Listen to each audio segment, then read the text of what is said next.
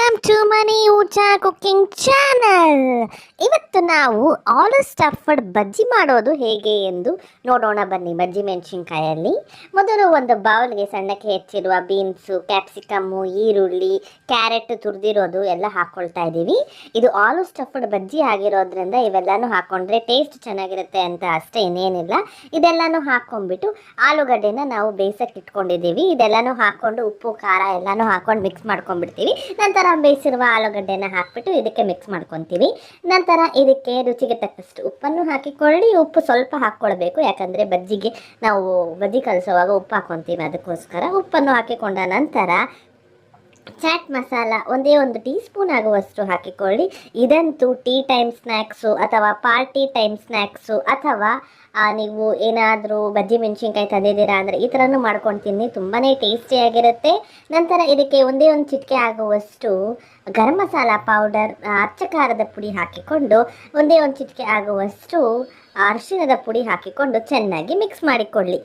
ಈ ಪೌಡರ್ಸ್ ಎಲ್ಲ ಸ್ಪೈಸಸ್ ಎಲ್ಲ ಹಾಕಿಬಿಟ್ಟು ಚೆನ್ನಾಗಿ ಮಿಕ್ಸ್ ಮಾಡಿಕೊಳ್ಳಿ. ಇದೆಲ್ಲ ಚೆನ್ನಾಗಿ ಮಿಕ್ಸ್ ಆಗಬೇಕು, ಆವಾಗಲೇ ಟೇಸ್ಟ್ ಬರೋದು, ಇಲ್ಲಾಂದರೆ ಟೇಸ್ಟ್ ಬರಲ್ಲ.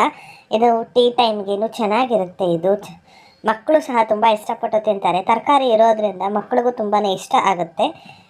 ತರಕಾರಿ ಇರೋದು ಸಹ ಗೊತ್ತಾಗಲ್ಲ ಮಕ್ಕಳಿಗೆ. ಆಮೇಲೆ ನಂತರ ಈ ಮೆಣಸಿನ್ಕಾಯಿ ಬಜ್ಜಿದು ಒಳಗಡೆ ನಾವು ತಿರುಳಿರುತ್ತಲ್ಲ ಬೀಜಗಳು, ಅದನ್ನೆಲ್ಲನೂ ಈ ಥರ ಸೈಡ್ ಕಟ್ ಮಾಡಿಬಿಟ್ಟು ತೆಕ್ಕೊಂಡಿದ್ದೀವಿ. ಈ ಥರ ತೆಕ್ಕೊಂಬಿಟ್ಟು ಒಂದು ಸತಿ ವಾಶ್ ಮಾಡಿ ಸೈಡ್ಗೆ ಎತ್ತಿಟ್ಕೊಂಬಿಡಿ. ನಂತರ ನಾವು ಆಲೂಗಡ್ಡೆನ ಬೇಯಿಸಿರ್ತೀವಲ್ವ, ಆಲೂಗಡ್ಡೆಯನ್ನು ಸಿಪ್ಪೆ ತೆಗೆದುಬಿಟ್ಟು ಚೆನ್ನಾಗಿ ಸ್ಮ್ಯಾಶ್ ಮಾಡ್ಕೊಳ್ತಾ ಇದ್ದೀವಿ. ಈ ಆಲೂಗಡ್ಡೆ ಎಲ್ಲನೂ ಗಡ್ಡೆ ಇಲ್ಲದೇ, ಆದರೆ ದಪ್ಪ ಇಲ್ಲದೇ ಚೆನ್ನಾಗಿ ಸ್ಮ್ಯಾಶ್ ಮಾಡ್ಕೊಳ್ಬೇಕು. ಯಾಕಂದರೆ ನಾವು ಆ ಬಜ್ಜಿ ಮೆಣಸಿನ್ಕಾಯಲ್ಲಿ ಫಿಲ್ ಮಾಡಬೇಕಲ್ವ, ಅದಕ್ಕೋಸ್ಕರ ಬಜ್ಜಿ ಮೆಣಸಿನ್ಕಾಯಿನ ಒಂದು ಸೈಡ್ನ ಸ್ಲೈಟಾಗಿ ಕಟ್ ಮಾಡಿಬಿಟ್ಟು ಅದರೊಳಗಡೆ ಇರುವ ಬೀಜಗಳನ್ನೆಲ್ಲ ತೆಗೆದುಬಿಟ್ರೆ ಸಾಕು. ಒಂದು ಸತಿ ವಾಶ್ ಮಾಡ್ಕೊಂಡ್ಬಿಟ್ರೆ ಸಾಕು, ಅದು ನೀಟಾಗಿರುತ್ತೆ. ನಂತರ ಈ ಆಲೂಗಡ್ಡೆನೆಲ್ಲ ಚೆನ್ನಾಗಿ ಕಲಿಸ್ತಾ ಇದ್ದೀವಿ. ಕೈಯಲ್ಲೇ ಮಿಕ್ಸ್ ಮಾಡಿದ್ರೇ ತುಂಬ ಚೆನ್ನಾಗಿರುತ್ತೆ ಅಂದ್ಬಿಟ್ಟು ಸ್ಮ್ಯಾಶರ್ನ ತೆಗೆದುಬಿಟ್ಟು ಚೆನ್ನಾಗಿ ಕೈಯಲ್ಲಿ ಗಂಟಿಲ್ದಂಗೆ ಚೆನ್ನಾಗಿ ಮಿಕ್ಸ್ ಮಾಡ್ಕೊಳ್ತಾ ಇದ್ದೀವಿ. ಚೆನ್ನಾಗಿ ಮಿಕ್ಸ್ ಮಾಡಿಕೊಂಡ ನಂತರ ನಾವು ಬಜ್ಜಿ ಮೆಣಸಿನ್ಕಾಯಿನ ಸ್ಲೈಟ್ ಕಟ್ ಮಾಡ್ಕೊಂಡಿರ್ತೀವಲ್ವ, ಈ ಥರ ಫಿಲ್ ಮಾಡಿಬಿಟ್ಟು ಕ್ಲೋಸ್ ಮಾಡಿಟ್ಕೊಂಬಿಡಿ. ಎಲ್ಲನೂ ಫಿಲ್ ಮಾಡ್ಕೊಂಡು ಸೈಡ್ಗೆ ಎತ್ತಿಟ್ಕೊತಾ ಇದ್ದೀವಿ. ನೋಡಿ, ಈ ಥರ ಬಜ್ಜಿ ಮೆಣಸಿನ್ಕಾಯಿ ಮಧ್ಯೆ ಈ ಥರ ಇಟ್ಕೊಂಡ್ಬಿಟ್ಟು ಒಂದು ಸೈಡ್ ಮಾತ್ರನೇ ಕಟ್ ಮಾಡ್ಕೊಬೇಕು. ನೀವು ಬಜ್ಜಿ ಮೆಣಸಿನ್ಕಾಯಿನ ಬೀಜಗಳು ತೆಗೆದುಬಿಟ್ಟು ಈ ಥರ ಕಟ್ ಮಾಡ್ಕೊಂಬಿಟ್ಟು, ಸ್ವಲ್ಪ ಸಹ ಖಾರ ಬರಲ್ಲ ಇದು. ಯಾವಾಗಲೂ ಬಜ್ಜಿ ಮೆಣಸಿನ್ಕಾಯಿ ತಿನ್ನೋಕ್ಕೆ ಮಕ್ಕಳು ಸ್ವಲ್ಪ ಖಾರ ಇರುತ್ತೆ ಅನ್ಕೊತಾರಲ್ವ, ಇದು ಖಾರನೇ ಬರಲ್ಲ ಇದು. ನೋಡಿ, ಈ ಥರ ಫಿಲ್ ಮಾಡಿಕೊಂಡು ಎಲ್ಲನೂ ಸೈಡ್ಗೆ ಎತ್ತಿಟ್ಕೊಂಬಿಡಿ. ನಂತರ ಇದಕ್ಕೆ ಮೇಯ್ನ್ ಇದು ಬ್ಯಾಟರ್, ಇದು ಕಡಲೆ ಹಿಟ್ಟು 1-2 ಸ್ಪೂನ್ ಹಾಕಿಕೊಳ್ಳಿ. ನಂತರ ಚಿಲ್ಲಿ ಪೌಡರ್ ನಿಮ್ಮ ಖಾರಕ್ಕೆ ಅನುಗುಣವಾಗಿ ಹಾಕಿಕೊಳ್ಳಿ. ರುಚಿಗೆ ತಕ್ಕಷ್ಟು ಉಪ್ಪು ಹಾಕಿಕೊಳ್ಳಿ. Last main ingredient baking soda, ಅಡುಗೆ ಸೋಡಾ ಒಂದೇ 1 ಚಿಟಿಕೆ ಹಾಕ್ಕೊಳ್ಬೇಕು, ಜಾಸ್ತಿ ಹಾಕ್ಕೊಳ್ಳೋಂಗಿಲ್ಲ. ಇದಕ್ಕೆ ಒಂದೇ 1 ಚಿಟಿಕೆ ಅಡುಗೆ ಸೋಡಾ ಹಾಕ್ಕೊಂಡ್ರೇ ಕ್ರಿಸ್ಪಿನೆಸ್ ಬರೋದು, ಇಲ್ಲಾಂದರೆ ಚೆನ್ನಾಗಿರಲ್ಲ. ನೀವು ಅಕ್ಕಿ ಹಿಟ್ಟು ಅವೆಲ್ಲ ಹಾಕಿದ್ರು ವೇಸ್ಟು, ಬೇಕಿಂಗ್ ಸೋಡಾ ಹಾಕಿದ್ರೇ ಟೇಸ್ಟ್ ಬರೋದು.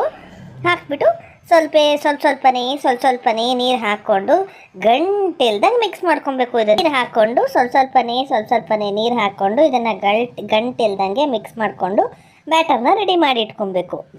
ಇವೆಲ್ಲನೂ ರೆಡಿಯಾಗಿತ್ತು ಅಂದರೆ ಬಜ್ಜಿನ 5 ನಿಮಿಷದಲ್ಲಿ ಮಾಡಿ ಇಟ್ಟುಬಿಡಬಹುದು.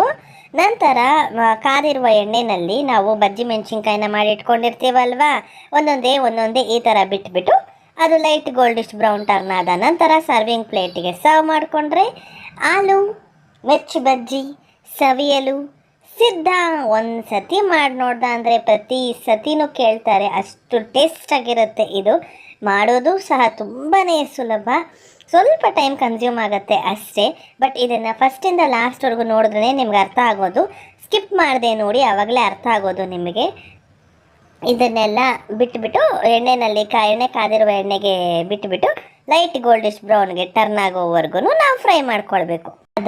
ಆಲೂ ಸ್ಟಫ್ಡ್ ಮಿರ್ಚಿ ಬಜ್ಜಿ ಸವಿಯಲು ಸಿದ್ಧ. ಮಾಡ್ಕೊಳ್ಳಿ, ತಿನ್ಕೊಳ್ಳಿ. ನಿಮಗೇನಾದರೂ ನಮ್ಮ ಚಾನಲ್ ಇಷ್ಟವಾದಲ್ಲಿ ಪ್ಲೀಸ್ ಲೈಕ್, ಶೇರ್, ಸಬ್ಸ್ಕ್ರೈಬ್ ಮಾಡಲು ಮಾತ್ರ ಮರಿಬೇಡಿ. Thank you for watching.